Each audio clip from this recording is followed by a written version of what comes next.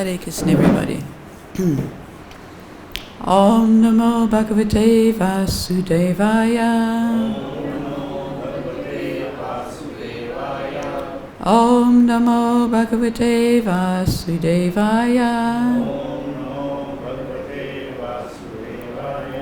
Om Namo Bhagavate Vasudevaya.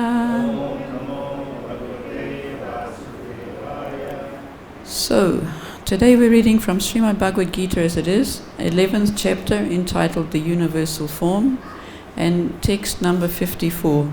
So text number 54 and text number 55 are both very long purports, so they're going for 2 days each. And so I'll be reading up to half the purport today, and then Vaishnav Swami will be doing tomorrow's class with the second half of this purport. And then Janardhan Swami will do Tuesday's class with the first half of 55. And then I was going to speak on Wednesday. We'll find another speaker for Wednesday. Okay, text number 54. Bhaktyā ananyayā śakya. Aham evaṁ-vidho Arjuna. Jñātuṁ draṣṭuṁ tattvena. Praveṣṭuṁ paran-tapa. Bhaktyā, by devotional service. 2. But ananyayā, without being mixed with fruitive activities or speculative knowledge. Śakyaḥ, possible. Aham, I. Evam-vidhaḥ, like this. Arjuna, O Arjuna. Jñātuṁ, to know. Draṣṭum, to see. Cha, and. Tattvena, in fact. Praveṣṭum, to enter into. Cha, also. Paran-tapa, O subduer of the enemy. Translation and purport by His Divine Grace A.C. Bhaktivedanta Swami Srila Prabhupada. Translation. My dear Arjuna, only by undivided devotional service can I be understood as I am, standing before you, and can thus be seen directly. Only in this way can you enter into the mysteries of my understanding. Please repeat. My dear Arjuna, only by undivided devotional service can I be understood as I am, standing before you, and can thus be seen directly. Only in this way can you enter into the mysteries of my understanding. Purport. Krishna can be understood only by the process of undivided devotional service. He explicitly explains this in this verse, so that unauthorized commentators who try to understand Bhagavad-Gita by the speculative process will know that they are simply wasting their time. No one can understand Krishna or how he came from parents in a four-handed form and at once changed himself into a two-handed form. These things are very difficult to understand by study of the Vedas or by philosophical speculation. Therefore, it is clearly stated here that no one can see him or into understanding of these matters. Those who, however, are very experienced students of Vedic literature can learn about him from Vedic literature in so many ways. There are so many rules and regulations. If one at all wants to understand Krishna, he must follow the regulative principles described in the authoritative literature. One can perform penance in accordance with those principles. For example, to undergo serious penances, one may observe fasting on Janmashtami, the day on which Krishna appeared, and on the 2 days of Ekadashi, the 11th day after the new moon and the 11th day after the full moon.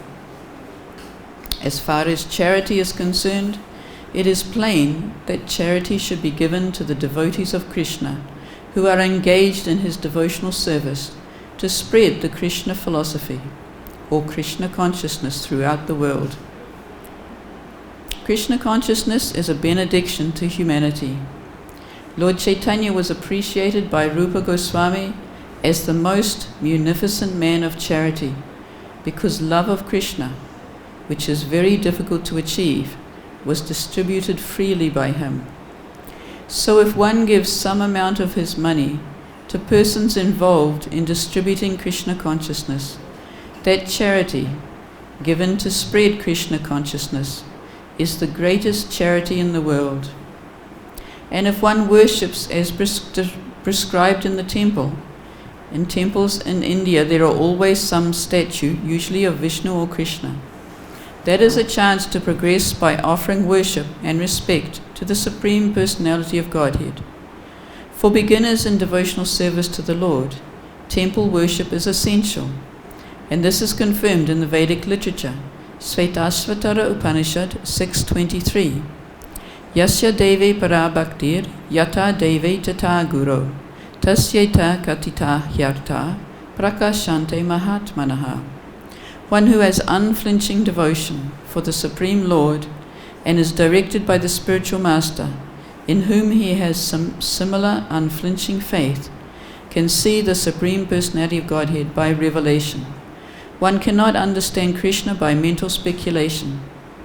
For one who does not take personal training under the guidance of a bona fide spiritual master, it is impossible to even begin to understand Krishna.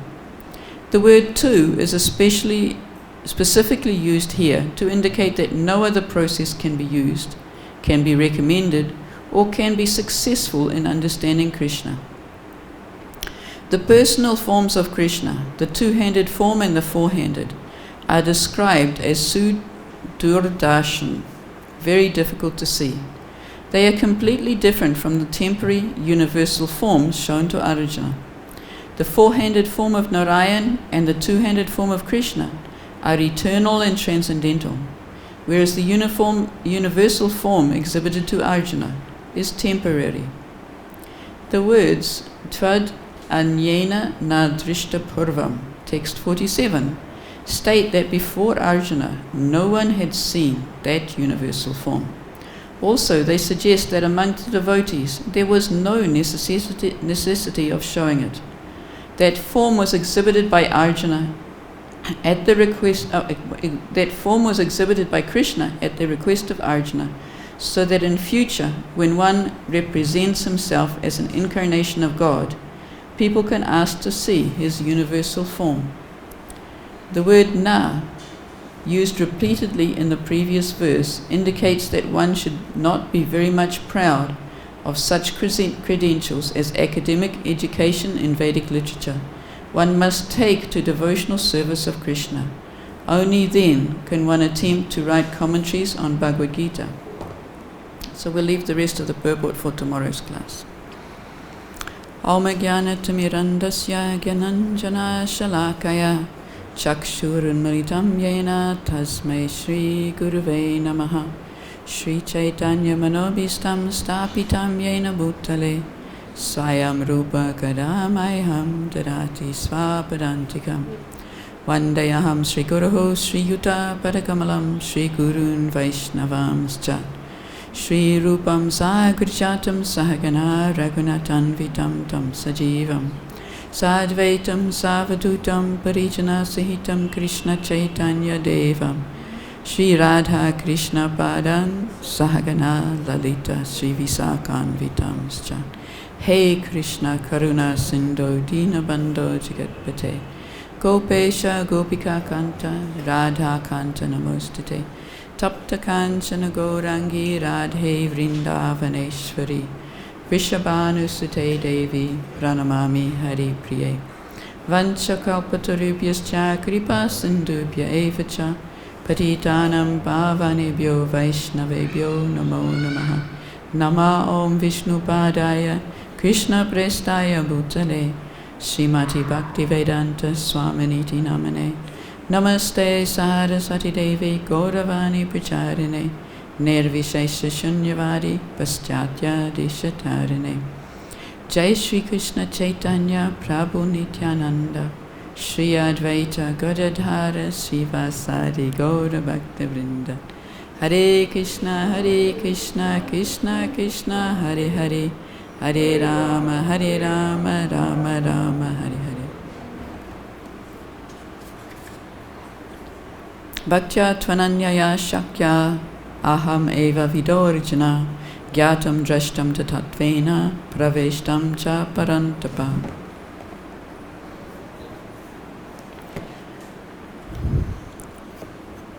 So this verse is, we're coming towards the conclusion of this chapter, and earlier in the chapter I asked one or two of the speakers, if the 11th chapter is all about the universal form, what's it doing in these middle 6 chapters of the Bhagavad-Gita, which is supposed to be about devotional service?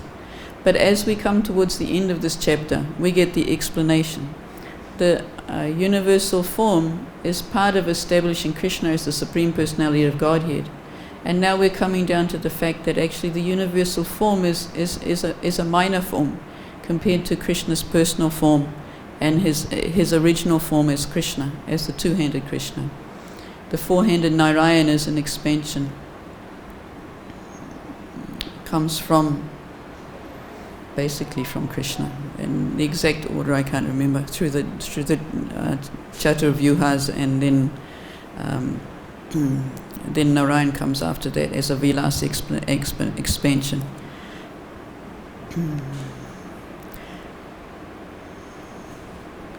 So let's go here first.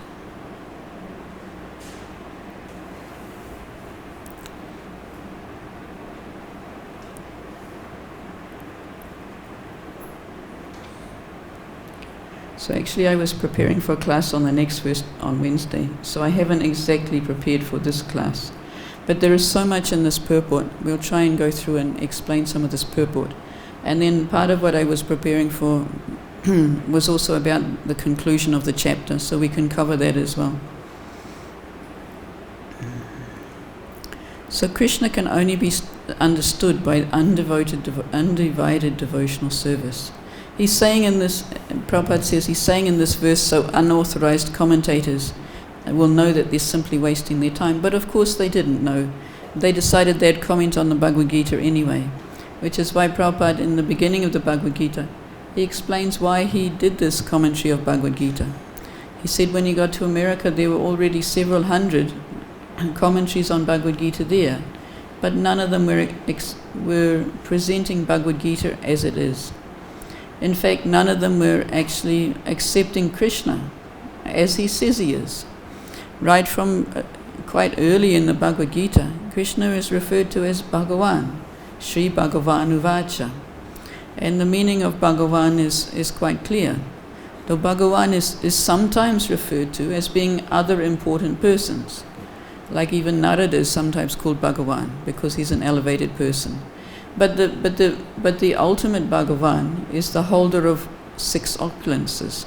This definition is described by Parasara Muni, that these 6 opulence, strength, beauty, renunciation, fame, and wealth, and one more. I never memorized them, so you can fill in where I missed out. But these 6 opulences, we think we have some opulence, and anyone in the material world, the richest man in the material world, has not even a fraction of what Krishna has. And we heard at the end of the 10th chapter, Krishna says, what need is there to know about all my opulences in the material world? Just with a fraction of myself, I can create all of these. So Krishna's opulences are far beyond what anyone else can imagine.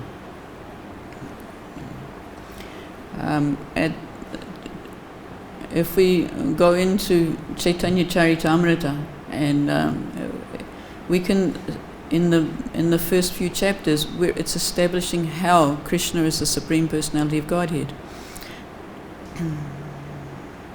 Because he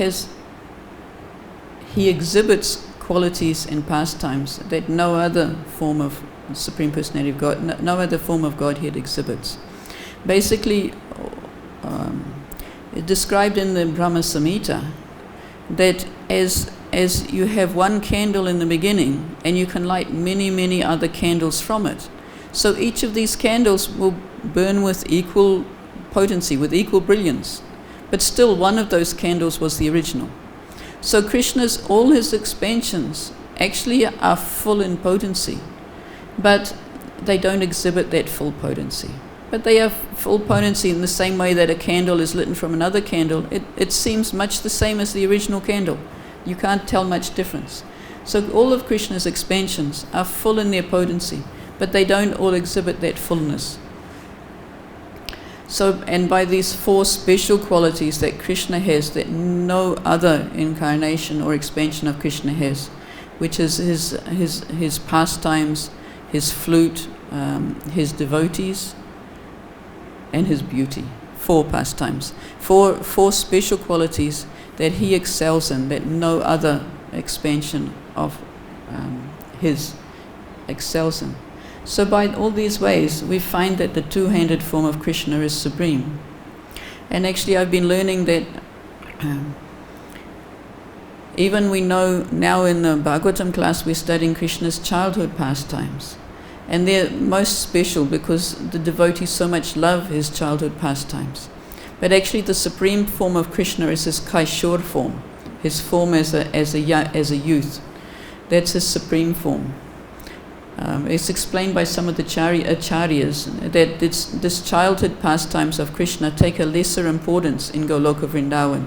The main center of Goloka Vrindavan, the 1,000,000,000 lotus, is actually Krishna in his form as a Kaishor youth with Kishori Radharani.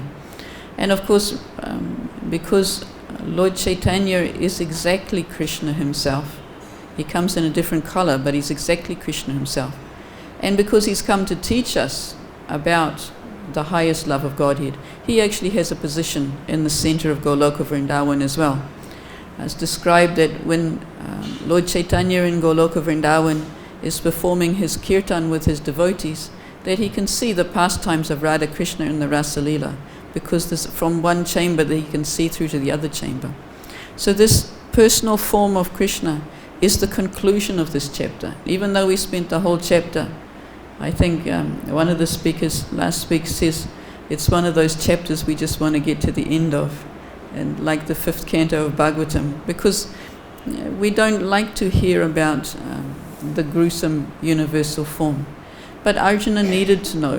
He needed to know that all the warriors on the battlefield were going to be killed by Krishna's arrangement. He needed to understand that Krishna wanted all this to happen. That was Krishna's desire. And Krishna said, you can just be an instrument. So let's go on to this purport a little more. Sri Prabhupada says, no one can understand Krishna or how he came from parents in a four-handed form and at once changed into a two-handed form. So this is important because the original Krishna is two-handed. One pastime that explicitly shows this is the Brahma Vimohan Leela. Because when Lord Brahma stole the cows and calves, then Krishna replaced all the cowherd boys and all the calves with identical forms of themselves. And for a whole year he played this pastime. And when Brahma came back to see what was happening, to see if he had created some chaos by his actions, then Krishna exhibited the four-handed Narayan form. So this is one thing that demonstrates Krishna's supremacy over any other form of Godhead. No other form of Godhead has been able to exhibit a four-handed Narayan form. Only Krishna can do that, because Krishna is the cause of Narayan. But none of the other ones will do that. And so here we see this also. Krishna has been on the battlefield in his two-handed form, He's displayed the universal form, and now he's displaying the four-handed form before he comes back to his two-handed form. It shows how much potency he has over even Lord Narayan. These things are difficult to understand by study of the Vedas or by philosophical speculation.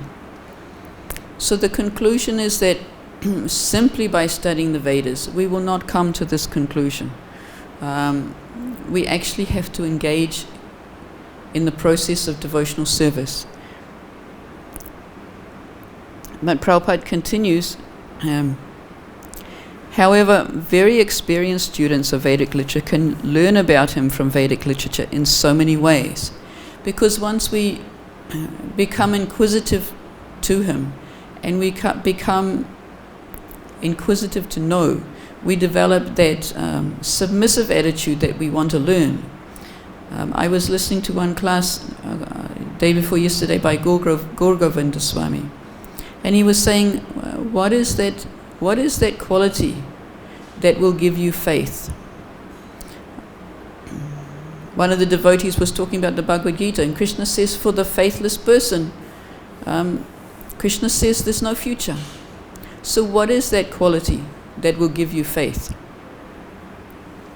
And the devotees were guessing. Association, the devotees will give you faith. And Govinda Maharaj says, what? If you have no faith, you won't associate with the devotees. And they said, reading Srila Prabhupada's books will give you faith. What? If you have no faith, you won't read Srila Prabhupada's books. And hearing from authority, he said, what? If you have no faith, even if you sit in a class, you won't be hearing, you won't be listening. So his conclusion was that what you require to develop faith is simplicity. You need to be simple at heart, not complicated, not trying to find a way to put yourself above other people. You need to be simple and submissive, and in that way you learn. So by this mood, by this attitude, we can take advantage of the Vedic literature in the association of the devotees. And Prabhupada is also stressing one must follow the regulative principles described in the authoritative literature. He's giving the example of fasting for Janmashtami and Ekadashi, because these austerities he's given to us, good austerities, because they help us to remember Krishna. We don't need the form of austerity that's very, very difficult, like Sobari Muni, who meditated under Yamuna for 10 or 12,000 years. But he was disturbed by two fish mating because he'd offended Garuda. But this austerity is very difficult. But it didn't lead to him understanding Krishna. It didn't lead to him meditating on Krishna. He was surrounded and associating with the fish, and he was meditating on the fish. So that's not required.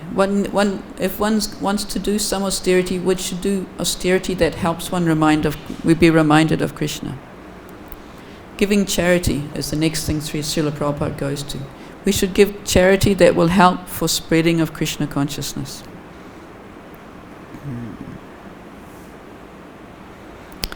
Lord Chaitanya was appreciated by Rupa Goswami as the most munificent man of charity because he actually gave love of Krishna. So that's also a charity. We may not be so potent as Chaitanya Mahaprabhu to actually give love of Krishna, but we can give people a start on the process by giving them the holy name, by allowing them to hear the holy name. And those that have a little faith, because they've become a little simple at heart, and they can take up to the process, and gradually they will make advancement. Okay. And deity worship. Srila Prabhupada next mentions deity worship, because the deity engages all of our senses. If we try to simply engage in dry study of the Vedas without association of devotees, without engaging in any other process, we'll become lost. But if we engage in deity worship by serving the deities directly, or by coming even to see the deities, to sing the arati in front of the deities, Many things are included in deities worship. To come and offer a flower to the deities, to come and offer some bhog to the deities. And your home, even if you have a picture, you offer the bhog that you cook to the deities in the picture, and in that way, that's serving the deities. Prabhupada, I was reading his commentary on Gurvastakam. He had a purport to Gurvastakam, and he was explaining how deity worshipped included not only offering the food to the deities, but it includes partaking of prasadam. That he also included under deity worship, under the third verse of Gurvastakam. Sri Vigrahara Dhanani Chanana Shringaratan Mandiram Arisho Yuktasya Bhaktams Chaniyon Jatobi Govind one day Guru Sri Charanaravindan. So he included offering food to Krishna and also partaking the prasadam as part of deity worship that we perform.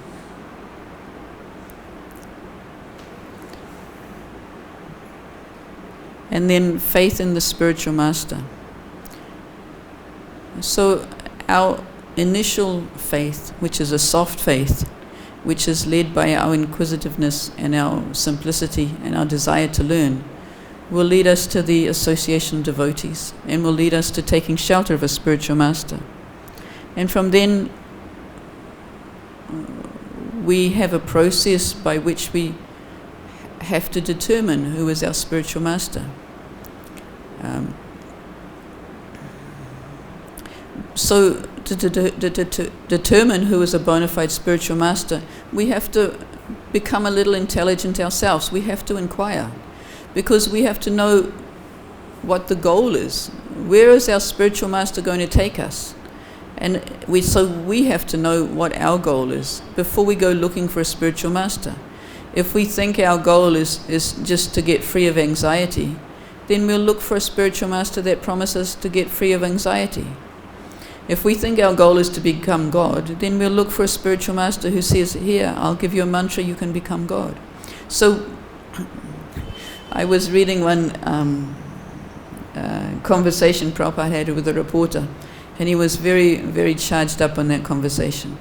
And the reporter was talking, well, you know this guy with the pushed-in nose and the mustache, before he died he said he was God. And Prabhupada said, he's rascal number one. But those people who follow him, they're also rascals. It means they don't know what God is. So our first step to find our bona fide spiritual master, we actually have to know our goal. We have to know that our goal is to get to the highest place in the universe. So by the association of the devotees, we'll come to learn about the goal. How the goal is not something in the material world and getting money, getting a nice education. Our goal is not even getting a better next life in the heavenly planets. Our goal is much, much beyond that. So if we understand a little bit about our goal, then we can, by our intelligence and by our inquiry, we can also find the bona fide spiritual master who can take us to that goal. So one of the qualifications by which we know that is, of course, because he belongs in a parampara, an authorized parampara. The original guru and guru tattva is Krishna himself. Without it coming from Krishna, then you have no hope of achieving the goal. So this guru tattva has to be connected to Krishna. Krishna gives it to Brahma through the Gayatri, through his flute, and then Brahma gives it to Narada, Narada gives it to Vyasadeva, Vyasadeva gives it to Madhvacharya, and down the parampara to Srila Prabhupada, to our current level of ISKCON gurus. And if we take a bona fide guru who's in the line of disciplic succession, then we have a hope to develop faith in that guru, because we know the goal and we know our guru is bona fide. And then it says, one who has unflinching devotion for the Supreme Lord and is directed by the spiritual master, in whom he has similar unflinching faith, can see the personality of Godhead by revelation. One cannot understand Krishna by mental speculation. Okay, so the next point that Srila Prabhupada makes is that the universal form is a temporary form. whereas the four-handed form of Narayan and the two-handed form of Krishna are eternal and transcendental. So this is one of the reasons why the universal form is not much of an interest to us. It's a temporary form. It's basically Krishna created it just to show Arjuna what he needed to show Arjuna. Arjuna needed to know what the outcome of the battle would be. He needed to know that he needed to have some certainty that that's what Krishna wanted him to do. So that was the main purpose of this. And the secondary purpose was so that any pretenders in futures can be challenged. Can you show your universal form? Even in Krishna's time, we have, when he was in, was it Mathura, wasn't it, that false Vishnu, Pondraka, came to see him with two arms pasted on his back, so he looked like Vishnu. He challenged Krishna, give me your weapons, and Krishna says, no problem, here's my Sudarshan chakra. And that was all finished. So we have to know the difference between the real personality of Godhead and the imitations. So this is one of the ways. The other way is that they're all described in the Vedic literatures. Even the Vedic literatures were predicting that Mahaprabhu would take birth from the womb of Sachimata. This is described in very ancient literatures. These things are there. And yet people come along and say that they're God, say that they're Kalki, say that even there's some that say that they're Chaitanya Mahaprabhu around now. And so we have to be a little intelligent to know the difference. We have to have that faith in Guru and Krishna.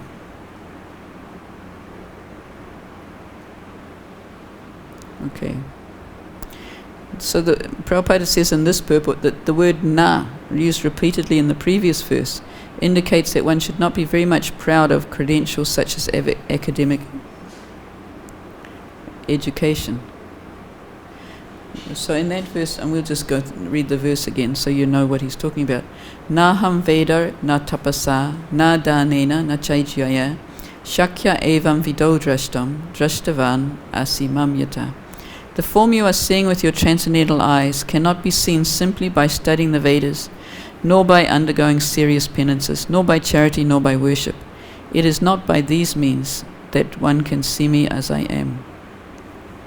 Okay, so that's to the limit of the purport that I've read. Now some other notice I had.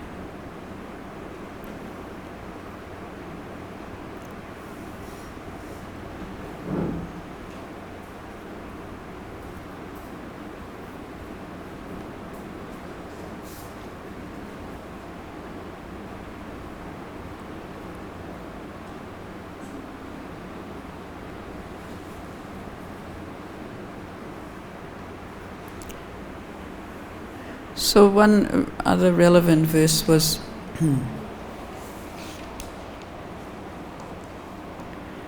52,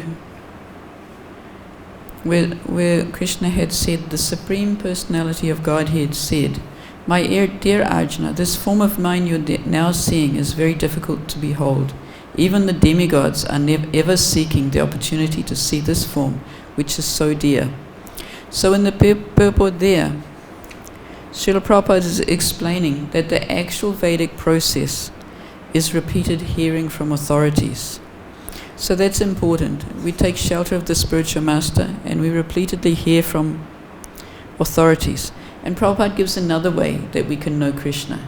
He says when Krishna reveals himself by his Yogamaya, spiritual eyes can be opened by continuous Krishna consciousness and devotional service.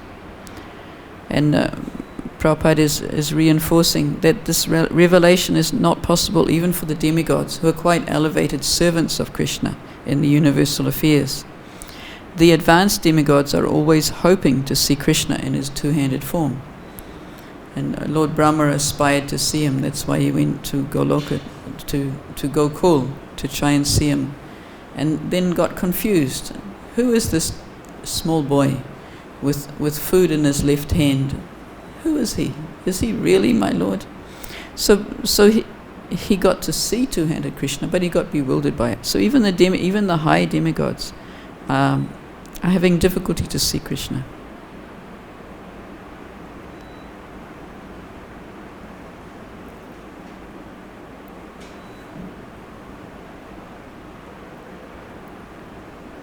Okay, so all the rest of my notes were for the other verse. So it's about time to stop now and see if anybody has any questions relating to today's verse.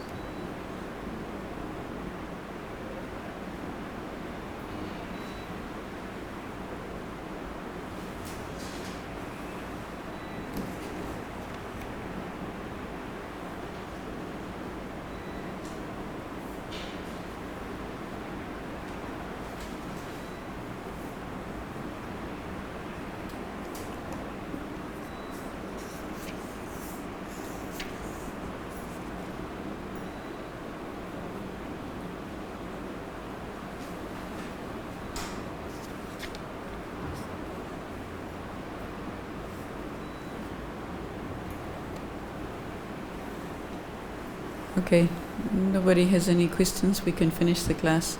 Thank you all very much for attending, and Hare Krishna. Here is temporary in the form of this universal form It's temporary. Sorry, Prabhu? Temporary, universal form. The universal form is temporary. Yeah. Some What is that temporary temporary? because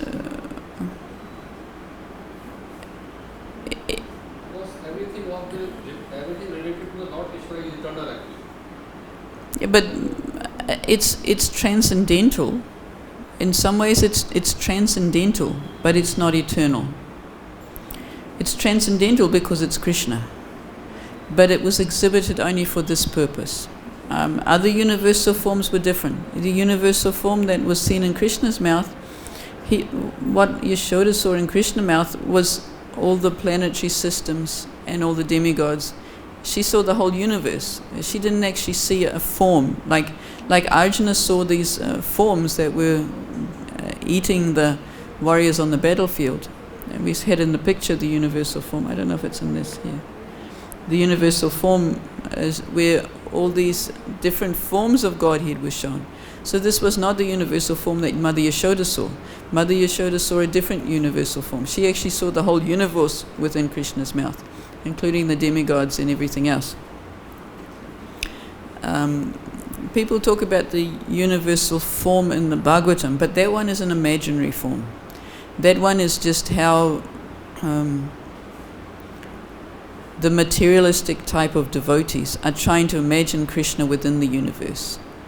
So Prabhupada describes that as actually being an imaginary form. That's not a real form. They say that the trees are the hairs on his body and the clouds are the hair on his head and things like that. That's a Vishwarupa. It's a form of the universe, but it's not actually a universal form as such. It's an imaginary form that they meditate on. So there are different styles of universal form, but this one was specifically showed for Arjuna only. And that's the Acharyas comment that's proven by the fact that Krishna says nobody has ever seen this form before.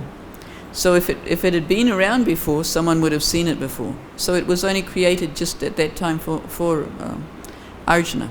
So yes, it's transcendental, but no, it's not eternal. It's temporary. Because Krishna can exhibit things at his will.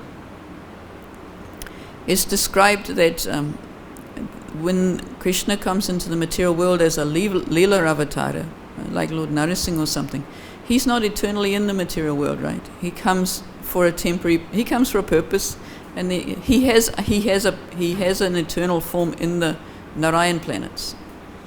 There is actually an eternal form of these Leela avatars, but a four-handed form. When Lord Narasimha came to the material world, he had eight arms, with weapons and all eight. Well, no, he had Hiranyakashipu into his two lower arms, and his next two arms were pulling his stomach out, and then the other four arms had the weapons. But in the Narayan planets, there is a Lord Narasimha, there is a Lord Vamana, there is all these forms are there, but in four-handed form, and they're eternal.